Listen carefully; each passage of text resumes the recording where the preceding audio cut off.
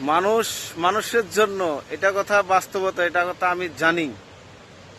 মানুষ মানুষের জন্য আল্লাহ তাআলা সৃষ্টি করেছে জানি, কিন্তু বিপদে বললে এমন কোনো হালার পুঁতেও, কোনো সুদমানির পুঁতেও বিপদে বললে কেউ সাহায্য করে না।